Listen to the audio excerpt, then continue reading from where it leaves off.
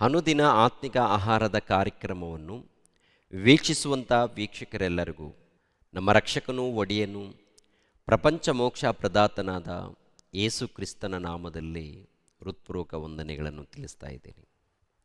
ಸಮಾಧಾನವು, ಸಂತೋಷವು, ಆತ್ಮಿಕ ಆಶೀರ್ವಾದವು, ನೆಮ್ಮದಿಯು, ಆರೋಗ್ಯವು ನಮ್ಮೆಲ್ಲರಿಗೂ ತಂದೆಯಾದ ದೇವರು ಅನುಗ್ರಹಿಸಲಿ ಎಂದು ದೇವರನ್ನು ಪ್ರಾರ್ಥಿಸುತ್ತೇನೆ. ದೇವರ ನಾಮಕ್ಕೆ ಸ್ತೋತ್ರವಾಗಲಿ. ಈ ದಿನ ಮತ್ತೊಂದು ಅಂಶವನ್ನು ಮಾತನಾಡೋದಕ್ಕೆ ಸಿದ್ಧನಾಗಿದ್ದೇನೆ. ತಂದೆಯಾದ ಪರಮಾತ್ಮನನ್ನು ನೋಡಿದವರು ಯಾರು? ಪ್ರಿಯರಾದ ದೇವರ ಮಕ್ಕಳಿರ, ಪರಮಾತ್ಮನು ಎಂಬುವಂಥ ಈ ಒಂದು ಪದವು ಸತ್ಯವೇದ ಗ್ರಂಥದಲ್ಲಿ ಬರೆಯಲ್ಪಟ್ಟಿದೆ. ಪ್ರಿಯರೇ, ಒಂದು ಸಾರಿ ಆ ಮಾತನ್ನು ನಾವು ನೋಡೋಣ. ಯೆಶಾಯನ ಗ್ರಂಥ 43ನೇ ಅಧ್ಯಾಯ 10ನೇ ವಚನ. ಯೆಹೋವನ ಮಾತೇನೆಂದರೆ, ನೀವೇ ನನ್ನ ಸಾಕ್ಷಿ, ನಾನು ಆರಿಸಿಕೊಂಡಿರುವ ಸೇವಕನು, ನೀವು ನನ್ನನ್ನು ತಿಳಿದು ನಂಬಿ ನನ್ನನ್ನೇ ಪರಮಾತ್ಮನು ಎಂದು ಗ್ರಹಿಸುವ ಹಾಗೆ ಇದನ್ನು ನುಡಿದೆನು. ಇದರಲ್ಲಿ 13ನೇ ವಚನ, ಇಂದಿನಿಂದ ನಾನೇ ಪರಮಾತ್ಮನು, ನಾನೇ ಪರಮಾತ್ಮನು. ಅಂದರೆ ಯೆಹೋವನು ಎಂಬುವಂಥ ಪದ ಇರುತ್ತೆ ಇಬ್ರೂ ಭಾಷೆಯಲ್ಲಿ. ಹಳೆ ಒಡಂಬಡಿಕೆಯಲ್ಲಿ ನೋಡುವಾಗ ಯೆಹೋವನು, ಸೇನಾಧೀಶ್ವರನಾದ ಯೆಹೋವನು, ಸರ್ವಶಕ್ತನಾದ ಯೆಹೋವನು, ಮಹೋನ್ನತನಾದಂಥ ಯೆಹೋವನು. ಓಕೆ, ಇಂಥ ಒಂದು ಹೆಸರುಗಳನ್ನು ಹಳೆ ಒಡಂಬಡಿಕೆಯಲ್ಲಿ ನಾವು ನೋಡ್ತಾ ಇರ್ತೀವಿ. ಯೆಹೋವನು ಎಂಬುವಂಥ ಪದಕ್ಕೆ ಅರ್ಥ ಇರುವಾತನು, ಪರಮಾತ್ಮನು. ನಮ್ಮ ಭಾಷೆಯಲ್ಲಿ, ನಮ್ಮ ಕನ್ನಡ ಭಾಷೆಯಲ್ಲಿ ಇರುವಾತನು, ಸದಾ ಜೀವಿಸುವಾತನು, ಜೀವವುಳ್ಳಾತನು, ಪರಮಾತ್ಮನು. ಪರಮಾತ್ಮನು ಅಂದರೆ ಸದಾ ಇರುವಾತನು. ಪರಮಾತ್ಮನು ಈ ಲೋಕದಲ್ಲಿ ಅಂದುಕೊಂಡ ಹಾಗೆ ಅಲ್ಲ. ಪರಮಾತ್ಮನೆಂದರೆ ಸದಾ ಇರುವಾತನು, ನಿತ್ಯ ಇರುವಾತನು. ಆತನಿಗೆ ಹೆಂಡತಿ ಮಕ್ಕಳು ಇಲ್ಲ. ಪ್ರಿಯರೇ, ಅಂದರೆ ಭೂಲೋಕದಲ್ಲಿ ಮನುಷ್ಯರ ಮಧ್ಯದಲ್ಲಿ ಹೆಂಡತಿ, ಮನುಷ್ಯರ ಮಧ್ಯದಲ್ಲಿ ಕಾಮ ಕೋರಿಕೆ, ಮನುಷ್ಯರ ಮಧ್ಯದಲ್ಲಿ ಮಕ್ಕಳು, ಈ ರೀತಿ ಇರ್ತಾವಲ್ಲ, ಆ ರೀತಿ ತಂದೆಯಾದ ಪರಮಾತ್ಮನಿಗಿಲ್ಲ. ತಂದೆಯಾದ ಪರಮಾತ್ಮನೆಂದರೆ ಸರ್ವವ್ಯಾಪಿ, ಎಲ್ಲ ಕಡೆ ಇದ್ದಾರೆ. ಆತನು ಆತ್ಮಸ್ವರೂಪನು, ಆತನು ಇರುವಾತನು, ಆತನು ಲೋಕವನ್ನು ಉಂಟು ಮಾಡಿದಾತನು, ಮಹಾಶಕ್ತನು ಆತನು.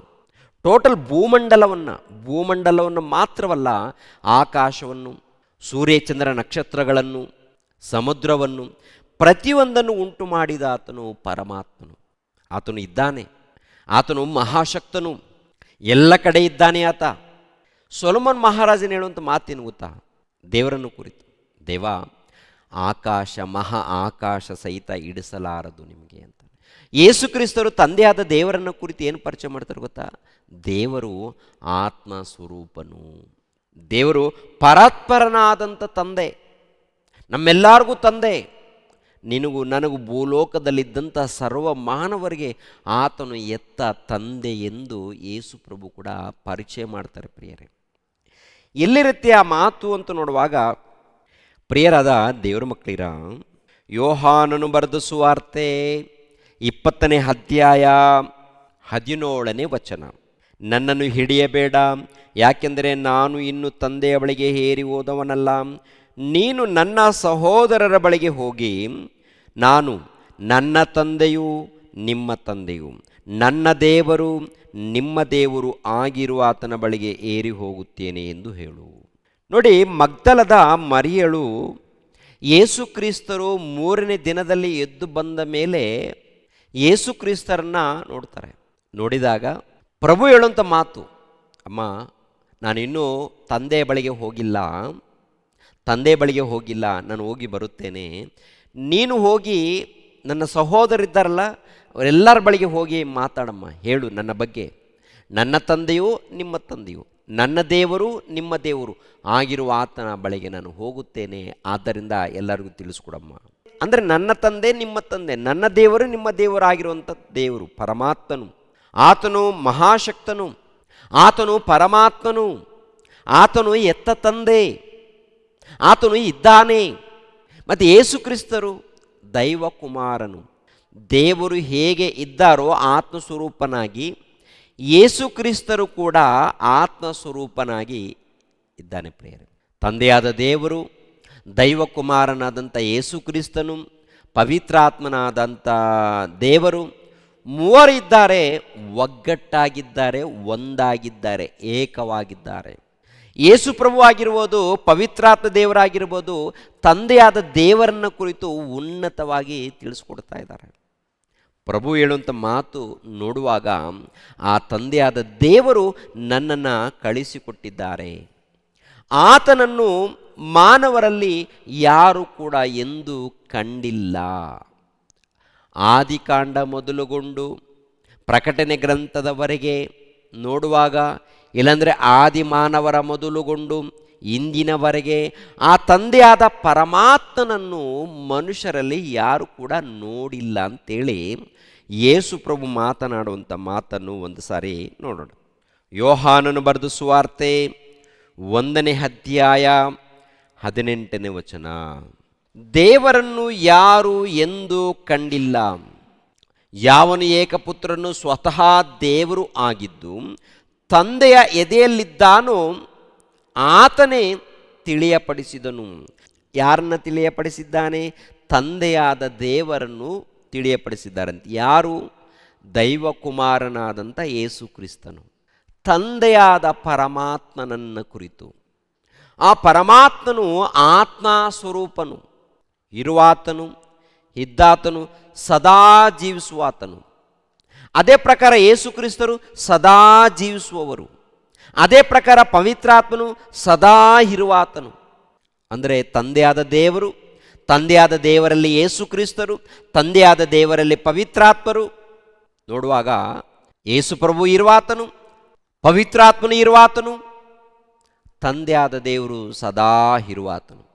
ಆ ತಂದೆಯಾದ ದೇವರನ್ನು ಕುರಿತು ಯೇಸು ಪ್ರಭು ಹೇಳುವಂಥ ಮಾತೇನಂತ ನೋಡುವಾಗ ಮತ್ತೊಂದು ಸಾರಿ, ದೇವರನ್ನು ಯಾರು ಎಂದು ಕಂಡಿಲ್ಲ, ಯಾವನು ಏಕಪುತ್ರನು ಸ್ವತಃ ದೇವರು ಆಗಿದ್ದು ತಂದೆಯ ಎದೆಯಲ್ಲಿದ್ದಾನೋ ಆತನೇ ತಿಳಿಯಪಡಿಸಿದನು.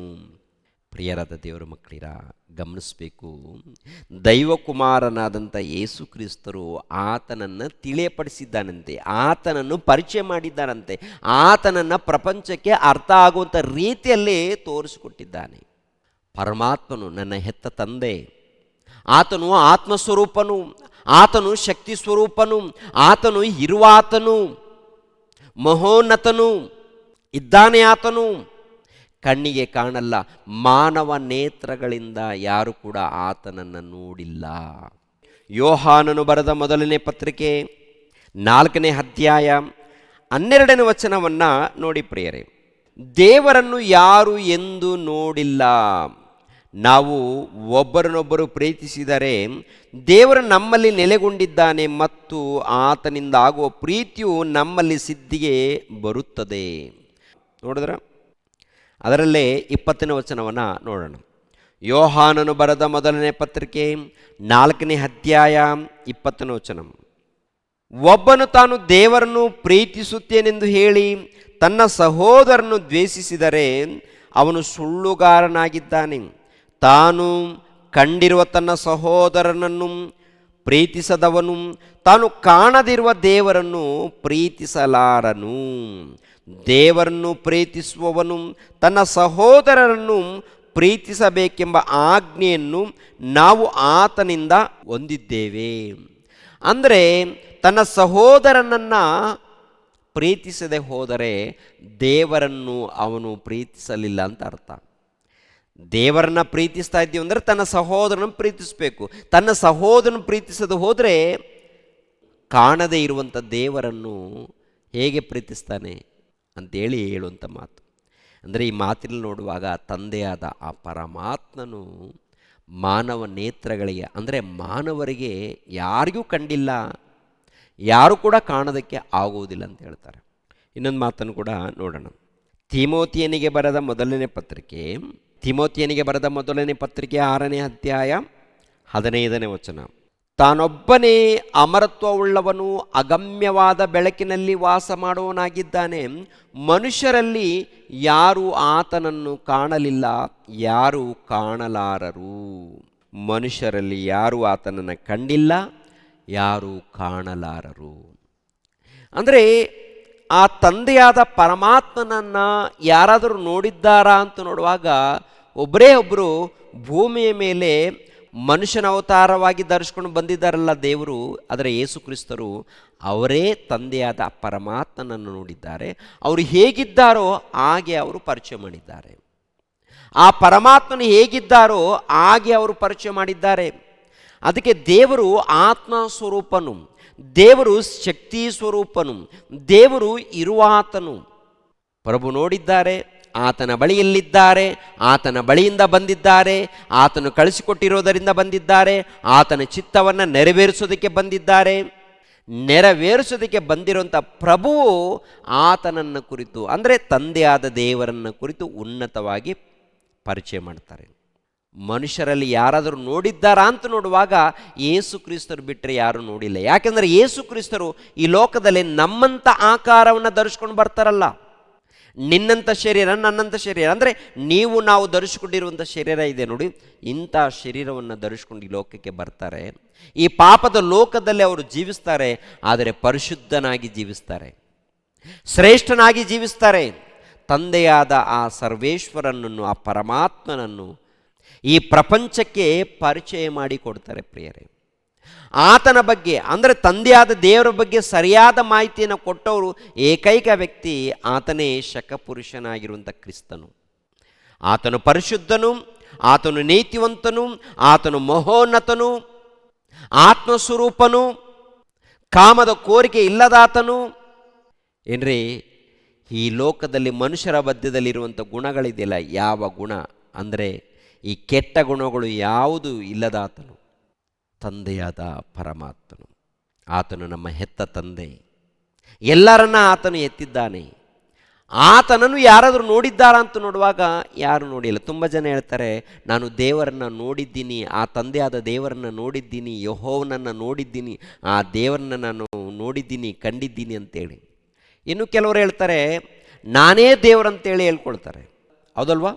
ಮನುಷ್ಯರ ಮಧ್ಯದಲ್ಲಿ ನಾನೇ ದೇವರು ಅಂತ ಹೇಳ್ಕೊಳ್ಳೋರಿದ್ದಾರೆ, ನನ್ನಲ್ಲಿ ದೇವರು ಬಂದಿದ್ದಾನಂತೇಳಿ ಹೇಳ್ಕೊಳ್ಳೋರಿದ್ದಾರೆ, ನನ್ನಲ್ಲಿ ದೇವರು ಬಂದಿದ್ದಾನೆ, ದೇವರು ಬಂದಿದ್ದಾನೆ ನನ್ನ ಮೈಯಲ್ಲಿ ಅಂತೇಳಿ ಹೇಳಿಕೊಂಡು ದೇವರ ಹೆಸರಿನಲ್ಲಿ ಮೋಸ ಮಾಡೋರು, ಅನ್ಯಾಯ ಮಾಡೋರು, ದಾರಿ ತಪ್ಪಿಸುವವರು ತುಂಬ ಜನ ಇದ್ದಾರೆ. ಇನ್ನು ಕೆಲವರು, ನಾನು ದೇವರನ್ನ ನೋಡಿದ್ದೀನಿ, ದೇವರೊಟ್ಟಿಗೆ ಮಾತಾಡಿದ್ದೀನಿ ಅಂತ. ಏನ್ರಿ, ದೇವರ ಕಣ್ಣಿಗೆ ಕಾಣಲ್ಲ. ಮತ್ತು ದೇವರನ್ನು ಹೇಗೆ ತಿಳ್ಕೊಳ್ಬೇಕು? ಸತ್ಯವೇದ ಗ್ರಂಥವನ್ನು ಪರಿಶೋಧನೆ ಮಾಡಿ ತಿಳಿದುಕೊಳ್ಬೇಕು. ಮೊದಲನೇದಾಗಿ ಈ ಪ್ರಕೃತಿಯನ್ನು ನೋಡಬೇಕು, ಎರಡನೇದಾಗಿ ಸತ್ಯವೇದ ಗ್ರಂಥವನ್ನು ಓದಿ ತಿಳಿದುಕೊಳ್ಬೇಕು. ಅವರು ಹೇಗೆ ಇದ್ದಾರೋ ಗೊತ್ತಾಗುತ್ತೆ. ಮೋಶೆ ಹೇಳ್ತಾನೆ, ದೇವರೇ ನಿಮ್ಮನ್ನು ನೋಡಬೇಕು ಅಂತ. ಮನುಷ್ಯರಲ್ಲಿ ನನ್ನನ್ನು ನೋಡಿದವನು ಉಳಿಯೋದಿಲ್ಲ ಅಂತಾನೆ ದೇವರು ಹೇಳ್ತಾರೆ. ನೋಡೋಕ್ಕಾಗುತ್ತಾ? ಮೋಶೆ ಎಂಬ ಮಹಾಭಕ್ತನೇ ದೇವರನ್ನು ನೋಡದೇ ಇರುವಾಗ ನಾನು ನೋಡೋಕ್ಕಾಗುತ್ತಾ? ತುಂಬ ಜನ ಹೇಳ್ತಾರೆ, ನಾನು ದೇವರನ್ನ ನೋಡಿದ್ದೀನಿ. ಎಲ್ಲಿ? ಊಹೆ,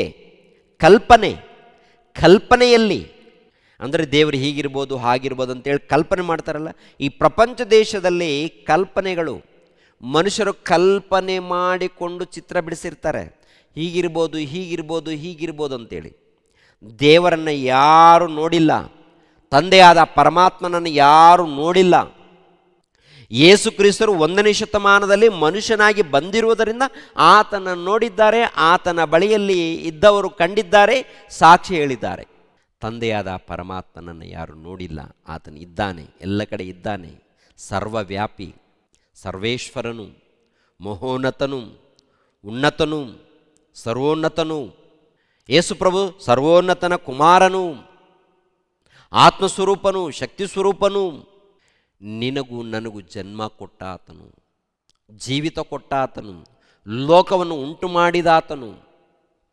ಆತನನ್ನು ತಿಳಿದುಕೊಂಡು ಭಯಭಕ್ತಿಯಿಂದ ನಾವೆಲ್ಲರೂ ಜೀವಿಸಬೇಕು. ಪ್ರಿಯರಾದ ದೇವರ ಮಕ್ಕಳಿರ, ಮನುಷ್ಯರಲ್ಲಿ ಯಾರೂ ಆತನನ್ನು ನೋಡಿಲ್ಲ, ಯಾರೂ ನೋಡುವುದಕ್ಕೂ ಸಾಧ್ಯವಿಲ್ಲ.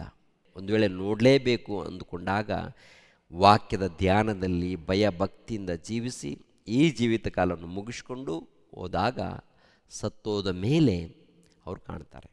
ಅಲ್ಲಿಯವರೆಗೆ ಈ ಮಾನವ ನೇತ್ರಗಳಿಗೆ, ನರನ ನೇತ್ರಗಳಿಗೆ ಕಾಣಲ್ಲ.